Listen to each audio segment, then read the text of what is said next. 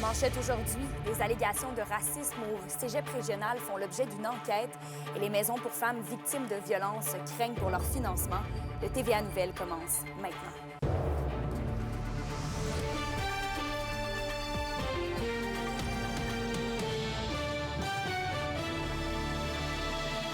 Bonjour à tous. Merci d'être avec nous pour ce TVA Nouvelles.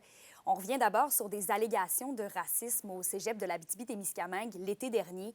Le quotidien Le Devoir remet en lumière aujourd'hui les propos de l'infirmière Roselyne Koa-Nzana qui déplorait que des étudiants en soins infirmiers auraient été victimes de racisme et discrimination en lien avec leur origine. Sur Facebook, elle y avait partagé des vidéos dénonçant certaines situations. Depuis, elle affirme que le CISAT, qui l'employait comme infirmière clinicienne assistante-chef, l'aurait congédiée. La dame avait également demandé une enquête indépendante dont les conclusions seraient maintenant dévoilées. Elle demande que réparation soit faite dans ce dossier. Le cégep de l'Abitibi-Témiscamingue et le CISAT comptent réagir cet après-midi. On poursuit dans un autre dossier. Le regroupement des maisons pour femmes victimes de violences conjugales presse le gouvernement d'investir pour permettre aux maisons de répondre à l'ensemble des demandes d'aide. Avec l'inflation qui augmente, seuls 75 % des besoins financiers sont actuellement comblés. Aucune bonification n'a été effectuée dans les 2 dernières années. Du côté de la politique municipale, la Ville de Rouyn-Noranda modifie son règlement pour encadrer les séances du conseil municipal afin d'assurer des échanges plus respectueux. Le règlement inclut maintenant que les gestes grossiers, violents, blessants ou encore diffamatoires sont passibles d'une amende de 400 à 1 000 $ par la Sûreté du Québec. S'exprimer sans avoir obtenu l'autorisation ou interrompre quelqu'un qui a déjà la parole est aussi inclus. Les modifications sont possibles grâce à la loi visant à protéger les élus municipaux. On poursuit en Abitibi-Ouest maintenant, puisqu'aujourd'hui, une séance de consultation a lieu à Lassar pour le projet d'une école alternative menée par des parents. Les participants peuvent s'exprimer afin de définir le projet, les formes d'apprentissage et présenter des modèles de ce type d'école ailleurs au Québec. Notre journaliste Alexandre Cabana était sur place. Il nous expliquera le tout ce soir au bulletin. La question du jour TVA, une présentation de Mobilier Bélan qui vous offre depuis plus de 50 ans un service de qualité et un grand choix de matelas mobilier électro au prix compétitif que vous recherchez. La question du jour, on vous demande, l'offre de programme est-elle suffisamment diversifiée dans les écoles de la région? Pour voter et commenter, rendez-vous au tvaabitibi.ca. Et en santé, le passage répété d'un médecin spécialiste de Val-d'Or entre les réseaux publics et privés est dénoncé par la CSN. Selon une demande d'accès à l'information par la centrale syndicale, l'urologue Thierry Tremblay se serait désaffilié du régime d'assurance maladie à au moins une reprise, entre avril 2023 et octobre 2024. La CSN signale que plus de 830 patients de la région sont présentement en attente de soins en urologie. Le syndicat souhaite donc voir ces allers-retours mieux encadrés par le gouvernement Legault, afin d'éviter l'exode des médecins spécialistes vers le privé. Le transfert de services vers les cliniques privées est aussi dénoncé. Ce qu'on comprend, c'est que le seul frein pour cette pratique-là, c'est de déposer un avis. Donc, la procédure actuelle, c'est aussi simple que ça. Un médecin qui veut aller pratiquer dans le public ou faire un aller-retour dans le public et dans le privé doit simplement déposer un avis 30 jours avant l'aller ou le retour. Et pour nous, c'est inacceptable parce que ça pose la question du pourquoi. Est-ce que, et ici, là, on ne veut pas mettre sur la sellette ce médecin-là en disant qu'il ne fait pas un travail nécessaire, mais ce qu'on demande, c'est que ces médecins-là, que l'ensemble des médecins du réseau de la santé et des services sociaux pratiquent dans le réseau public pour démocratiser réellement l'accès aux ressources. On ne semble pas avoir un réel écho de la part du ministère. Là.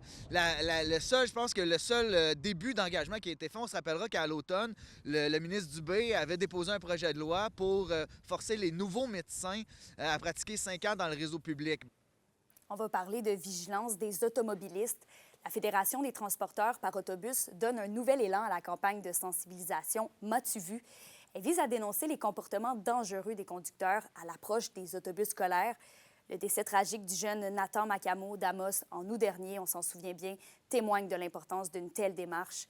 Entrevue avec Luc Lafrance, le président et directeur général de la FTA. Rappelez-moi de l'importance là, de cette campagne-là. Oui, ça fait 37 ans. On pourrait penser que ça devient redondant, mais au contraire, c'est important de le répéter année après année. Surtout à ce temps-ci de l'année. Souvent, à la rentrée scolaire, les centres de services font quelques activités de prévention en sécurité, en transport scolaire ou pourtour des écoles. Mais rendu à ce temps-ci de l'année, on a pris l'habitude de voir les autobus scolaires circuler dans nos rues. Alors, on trouve important de faire un rappel sur la sécurité et toute l'attention et la vigilance qu'il faut accorder lorsqu'on voit un autobus scolaire. Et là, c'est la 37e édition. Qu'est-ce que la campagne a de différent cette année? Cette année, un peu comme les dernières années, elle se décline sur 2 semaines. Une première semaine qui est plus axée où on interpelle davantage les parents, les automobilistes, justement, à être plus vigilants à l'approche d'un autobus scolaire, respecter les feux de signalement. Et la deuxième semaine est plus axée sur les conducteurs d'autobus scolaires. Et est-ce que vous sentez que le message commence à percoler dans l'esprit des gens? Est-ce que vous sentez que ça fait encore une fois une différence là, pour la sécurité des jeunes?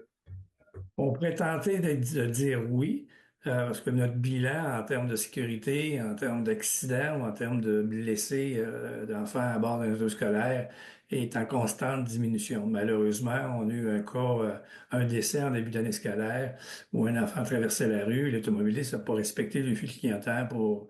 Bon, il peut y avoir différentes raisons, là, mais malheureusement, l'enfant a été frappé et est décédé. Donc, ça vient justifier qu'on doit continuer à marteler le même message, de dire aux automobilistes, ben, faites attention, lorsque des autobus scolaires circulent, ils vont embarquer ou débarquer des élèves sur le bord de la route, que ce soit dans les quartiers résidentiels, que ce soit proche d'une école, que ce soit, et surtout sur les routes numérotées, ça devient très important. 2 nouvelles séries d'œuvres d'art sont présentées au Centre d'exposition d'Amos. La première, Mécanique céleste de l'artiste Diane Landry, propose aux enfants une réflexion artistique et écologique sur le temps. Des objets du quotidien et des matières recyclées s'animent sous l'effet du mouvement de la lumière. Et la deuxième exposition s'intitule Paysages sélénites et corps célestes de l'artiste Guy Langevin. Elle compte une trentaine de pièces composées de dessins grand format et d'une série de gravures. Les 2 expositions sont présentées jusqu'à la fin du mois de mars et l'entrée est libre. Dur week-end à la maison pour les forestiers d'Amos qui recevaient le Rousseau Royal de Laval-Montréal pour 2 matchs. D'abord vendredi, malgré une performance remplie de mordants, la troupe amossoise a dû s'avouer vaincue 7-6 en prolongation. Les forestiers avaient l'occasion de se reprendre le lendemain dans un match revanche. Mais après un véritable festival offensif la veille, le manque d'opportunisme a coulé les Verts d'Amos qui ont été blanchis 4-0. Le prochain match des Forestiers est ce jeudi sur la route contre les Phoenix du collège Esther Blondin. C'était un gros week-end de hockey aussi dans la région pour les fans de la LHJMQ, alors que nos 2 équipes régionales jouaient à domicile. Alexandre Cabana nous résume comment se sont déroulés les matchs. Verdon remet devant le tir bloqué par Mercer. Le tir à nouveau, elle est libre. Et le but! Et finalement, Rémi Gélina qui marque. Et c'est l'égalité 5-5 avec 11 secondes à jouer. Le gardien était retiré, les Huskies tiraient de l'arrière 5-4 et Rémi Gélina en a profité pour créer l'hystérie à l'Arena Glencore. 5-5 avec 15 secondes à faire au match. Gélina obtiendra d'ailleurs la première étoile du match avec une récolte de 2 buts, dont le but gagnant en tir de barrage.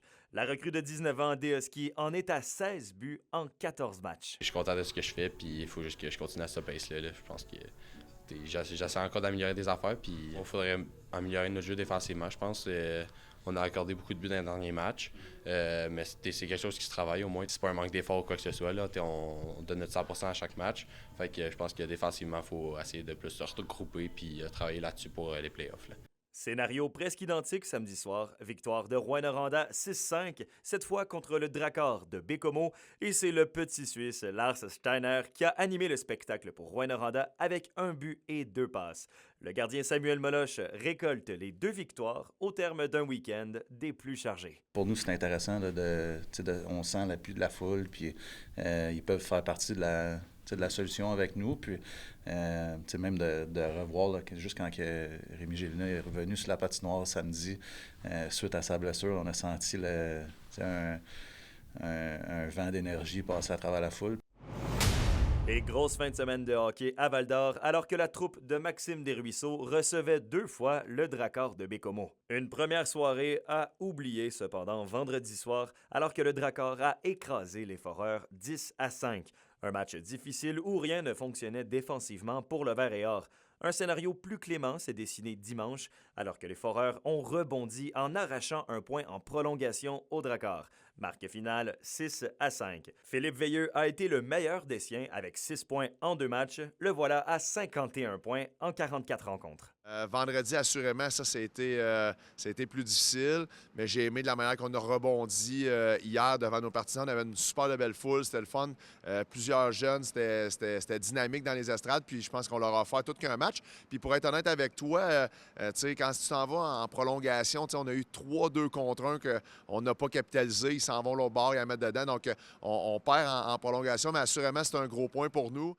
C'est donc une semaine de pratique et de repos à la maison qui attend nos 2 équipes. Les Maritimes s'en viennent le week-end prochain. Les Sea Dogs et les Highlanders seront de passage à Rouyn-Noranda et Val-d'Or le week-end prochain. Alexandre Cabana, RNC Nouvelles, à Rouyn-Noranda.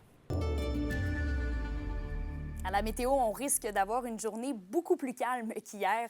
Alternance de soleil et de nuages avec 40 de probabilité d'averses de neige sur tout le territoire. Côté température, c'est maximum -16 pour l'Abitibi et -15 pour le Témiscamingue. Et pour ce soir et cette nuit, ce sera sous les nuages. En Abitibi, il y a un 60 de probabilité de neige au cours de la nuit, minimum de -18 degrés. Et au Témiscamingue, la neige va débuter ce soir, une accumulation de 5 cm avec des températures stables de près de -14 degrés Celsius. Voilà, c'était l'essentiel des informations régionales pour ce midi. Passez une belle journée.